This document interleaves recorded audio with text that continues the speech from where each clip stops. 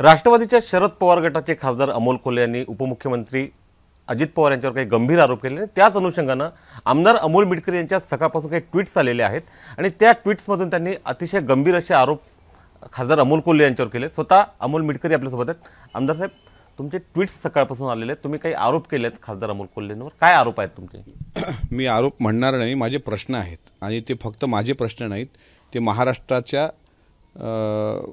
मातीत राहणाऱ्या संभाजी महाराजांना मानणाऱ्या प्रत्येक शंभूप्रेमी युवकाचे ते प्रश्न आहेत आणि त्याच्या अनुषंगाने मी ते ट्विट केलेत।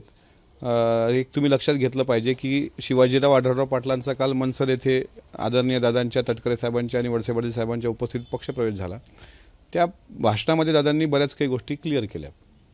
त्यामध्ये प्रामुख्याने तुम्ही जर नथुराम गोडसेची भूमिका करून मतं मागितले तर तुम्हाला मतं भेटतील का, हे अशा पद्धतीने बोलल्यानंतर कोल्हे साहेब जरा चिडले आणि चिडल्यानंतर मग त्यांनी आताताईपणे एक पत्रकार परिषद घेतली आणि पत्रकारांनी त्यांना प्रश्न विचारला की दादा तुमचा इतका द्वेष का करतात, आणि त्यांनी हसून उत्तर दिलं की कदाचित त्यांचं माझ्यावर प्रेम असेल। आता हाच धागा धरून मी पुढे बोलतो, कदाचित नाही, अजितदादांचं तुमच्यावर खूप प्रेम होतं, कदाचित ते आजही असू शकेल। याचं कारण फक्त तुम्ही छत्रपती संभाजी महाराजांची भूमिका साकारता, हेच कारण आहे। दुसरे अनेक सेलिब्रिटी दादांकडे असतील, पण दादांनी जितकं तुमच्यावर प्रेम केलं तितकं कोणावरही केलेलं नाही, याचा मी साक्षीदार आहे। माझी आणि खासदार कोल्हे साहेबांची ओळख ही शिवस्वराज्य यात्रेमध्ये झाली। शिवस्वराज्य यात्रेमध्ये मला पक्षाने संधी दिल्यानंतर मी त्यांच्यासोबत महाराष्ट्र फिरलो आणि बऱ्याच काही गोष्टी त्यांच्याकडून शिकलो सुद्धा, हे मी प्रामाणिकपणे कबूल करतो। खासदार कोल्हे साहेब अजिबात माझं नाव घेणार नाहीत, माझ्या प्रश्नाचं उत्तर देणार नाहीत, कारण त्यांच्या नेत्यामधला आता अभिनेता जागी होतोय आणि अभिनेत्यामधला नेता पण जागी होतोय आणि त्यामुळे माझ्यासारख्या चिल्लर माणसाला काय महत्त्व द्यावं म्हणून ते माझ्या प्रश्नाचे उत्तर देणार नाहीत। पण महाराष्ट्राला काही गोष्टी कोल्हे साहेबांनी खरं सांगाव्यात। ते जसे संभाजी महाराजांची मालिका साकारतात तसंही मी महाराष्ट्रात 15 वर्ष छत्रपती संभाजी महाराजांचा इतिहास खेड्यापाड्यात मांडणारा व्यक्ती आहे। मी अभिनय केला नसेल, मी तितका पैसाही कमावला नसेल। आता काल त्यांनी सांगितलं की सोन्याचा चमचा घेऊन जन्माला दादा आलेत। त्यांनी एक लक्षात घेतलं पाहिजे की वडील अनंतराव पवार वारल्यानंतर ज्या परिस्थितीशी झगडून अजितदादा इथपर्यंत आलेत तो सोन्याचा चमचा नव्हता। सोन्याचा चमच्याबद्दल ते कोणाबद्दल बोलले असावेत, तर माझा असा अंदाज आहे की परवाच्या दिवशी सरोज अक्का यांनी सांगताना सांगितलं की सुप्रियाताई ह्या सोन्याचा चमचा घेऊन जन्माला आल्यात। हे सरोज अक्काचं स्टेटमेंट आहे। स्वतः राजेंद्र पवारांचा मुलगा हा सोन्याचा चमचा घेऊन जन्माला आलेला आहे, जो एक आमदार आहे, किंवा आता युगेंद्र पवार असतील, हे अशी लोक सोन्याचा चमचा घेऊन जन्माला आली, हे त्या अनुषंगानं त्यांचं बोलणं होतं का हे त्यांनी सांगावं। दुसरं असं आहे, संभाजी महाराजांचं जेवढं निष्ठा त्यांची महाराजांवर आहे तेवढी महाराष्ट्रातल्या प्रत्येकाची आहे, ती काही वेगळी सांगण्याची गरज नाही। मात्र स्वराज्य रक्षक संभाजी महाराजांची मालिका सुरू असताना त्यांनी स्वतः ट्विट केलं, सांगितलं की माझं घर गहाण ठेवण्याची पाळी आली होती। अशावेळी संभाजी महाराजांचा प्रेमी म्हणून, शंभूप्रेमी म्हणून त्यांना फक्त आणि फक्त अजितदादांनी मदत केली की नाही हे उत्तर त्यांनी महाराष्ट्राला द्यावं, कारण संभाजी महाराजांची मालिका बंद पडू नये, तो इतिहास घराघरापर्यंत पोहोचावा। आपल्याकडे जुने संस्कार आहेत की उजव्या हाताचं दिलेलं डाव्या हाताला आपण कळू देत नाही।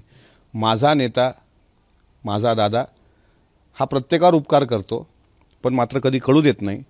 तसं स्वराज्य रक्षक संभाजीला आर्थिक मदत दादांनी केली की नाही हे त्यांनी सांगावं। आता ते दादांना म्हणजे अप्रत्यक्ष ते गद्दार झाले असं ते बोलत आहेत त्यांच्या भाषाशैलीमध्ये। निष्ठा यांनी सांगायची का की आमची पवार साहेबांवर निष्ठा आहे, तुमची मनसे प्रमुख राज ठाकरेंवर निष्ठा होती, तुमची उद्धवसाहेब ठाकरेंवर निष्ठा होती। अशा वेळेस जयंत पाटलांकडून पक्षप्रवेश करून घेत तुम्हाला तिथं आर्थिक पाठबळ कोणी दिलं, आणि 2 वर्ष तुम्ही खासदारकीचे संपल्यानंतर तुम्ही संन्यस्त जीवन जगण्याच्या मनस्थितीमध्ये होता की तुम्ही स्वतः दादाला येऊन सांगितलं, मी साक्षीदार आहे की दादा मला आता राजकारणात इंटरेस्ट नाही, मला माझ्या मालिका आणि चित्रपट पूर्ण करायचे आहेत, मला राजकारणात तीळमात्र इंटरेस्ट नाही। त्यामुळे दादांनी सांगितलं की 5 वर्षाकरता जनतेने निवडून दिलं, असं करून चालणार नाही, हे आदरणीय साहेबांनी पण सांगितलं होतं आणि त्यांना राजकारणामध्येच ठेवण्यामागं दादा होते की नाही, दुसरा प्रश्न। तिसरा प्रश्न, ज्या वेळेस तुम्ही शिवप्रताप गरुड झेप हा चित्रपट आर्थिक अडचणीत आला त्यावेळेस तुम्ही अमित शहांना भेटले की नाही। चौथा प्रश्न, नथुराम गोडसेची भूमिका तुम्हाला करावीच लागेल हे तुम्हाला कोणी सांगितलं होतं। माझे ह्या 4 प्रश्नाची उत्तरं खासदार अमोल कोल्हे साहेबांनी छत्रपती संभाजी महाराजांच्या वडू येथील स्मारकावर साक्ष ठेवून हात ठेवून संभाजी महाराजची शपथ घेऊन महाराष्ट्राला सांगावे, कारण दादांनी केलेले उपकार फक्त तुम्ही संभाजी महाराजांवर प्रेम करता, महाराजांची मालिका करता म्हणून शिवप्रताप गरुड झेप अडचणीत आला, दादा मदतीला आले. स्वराज्य रक्षक मालिका अडचणीत आली, दादा मदतीला आले. तुम्ही राजकारण सोडणार होता, दादांनी तुम्हाला थांबवलं. तुमचा प्रवेश दादांनी करून घेतला. शिरूर लोकसभेमध्ये संपूर्ण ताकदनिशी दादाच तुमच्या पाठीशी उभं राहिले. आणि मग ते दादा जर बोलत असताना नथुराम गोडसे, मी तुम्हाला एक गोष्ट सांगतो, ज्यावेळेस यांनी नथुराम गोडसेची भूमिका केली त्यावेळेस आता जे एकनिष्ठतेचा आव आणतायत जितेंद्र आव्हाड यांनी सर्वात जास्त खालच्या पातळीवर टीका यांनीच कोल्ह्यांवर केली होती. त्यावेळेस खासदार हे अभिनेते आहेत, त्यांना कुठलीही भूमिका करण्याचा अधिकार असतो. अशा वेळेस त्यांची पण अप्रत्यक्ष पाठराखण नथुराम गोडसेच्या विचाराशी सहमत नसताना सुद्धा दादा पाठीशी खंबीरपणे अमोल कोल्हेंच्या पाठीशी उभे होते. आणि जनता जर प्रश्न विचारत असेल की 5 वर्ष तुम्ही मतदारसंघात फिरलेले नाही, त्यांच्याच मतदारसंघातल्या अनेक पत्रकारांच्या बाईट्स आहेत, त्याच्यामुळे हा विषय राजकीय उत्तरं त्यांना शिवाजीराव आढळराव पाटील देतील, कारण आढळराव पाटील मूळ राष्ट्रवादीतलेच होते. पण आताचा प्रश्न असा आहे की ज्या वेळेस संकट आलं त्यावेळेस अजितदादा पवार नावाची व्यक्ती त्यांच्या पाठीशी राहिली की नाही. अमोल कोल्हे साहेब, एक शंभूप्रेमी म्हणून तुम्हाला माझा प्रश्न आहे, संभाजी महाराजच्या समाधीवर शपथ घेऊन सांगा की दादांचा हात तुमच्या पाठीशी नव्हता का, अन्यथा तुम्हाला सुद्धा भविष्यात संभाजी महाराजांच्या विचाराशी द्रोह केला त्यामुळे महाराष्ट्रातली जनता धडा शिकवल्याशिवाय राहणार नाही. नथुराम गोडसेच्या भूमिकेचा संदर्भ तुमच्या याच्यात आला, ती भूमिका नेमकं अमोल कोल्हेंना कोणी करायला लावली होती, कोणी दबाव टाकला होता असं म्हणणं तुमचं? त्यांची जवळीकता जिथं जिथं वाढत होती मध्यंतरी काळामध्ये, ते पण भारतीय जनता पार्टीच्या वाटेवर होते. आता असं आहे की त्या पक्षात प्रवेश करत असताना आपण प्रवेश केला पाहिजे का?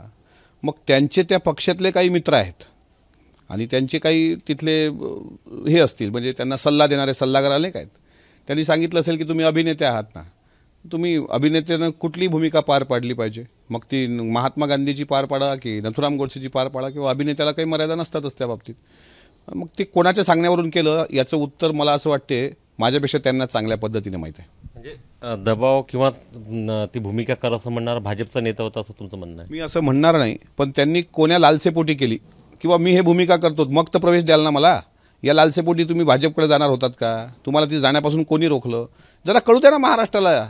आणि दादा म्हणतात ते काही चुकीचं नाही, आम्ही महायुतीत असून सुद्धा आमची पुरोगामी विचारधारा सोडली का? आम्ही नथुराम गोडसेचं समर्थन केलं नाही, करत नाही, करणार पण नाही. दादांनी पण तेच सांगितलं. अमोल कोल्हे साहेब, आपल्यामध्ये हिंमत असेल तर एकदा क्लिअर करा ना महाराष्ट्रासमोर की नथुराम गोडसे हे माझे आदर्श आहेत, हे त्यांनी महाविकास आघाडीत सांगावं आणि मग पवारसाहेब तुम्हाला पक्षात ठेवतात का हे सांगावं.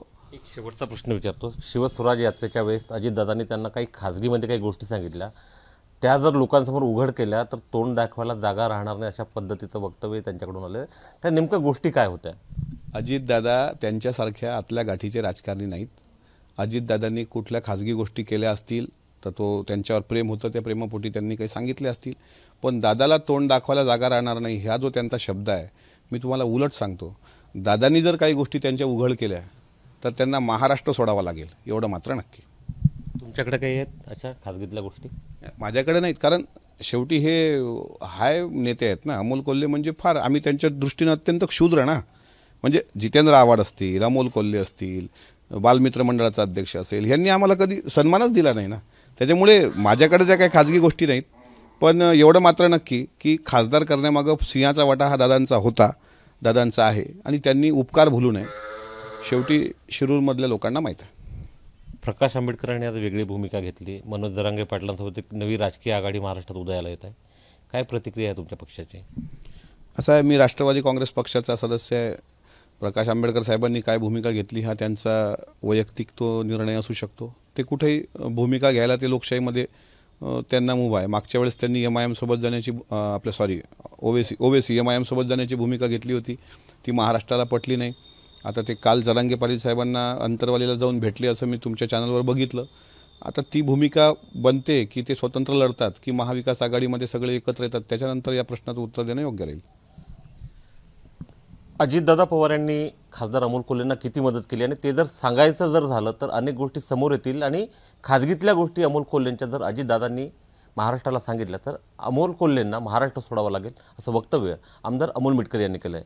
कॅमेरामॅन शांताराम तायडेसह उमेश अरोरा, ABP माझा, अकोला. ABP माझा, उघडा डोळे बघा नीट.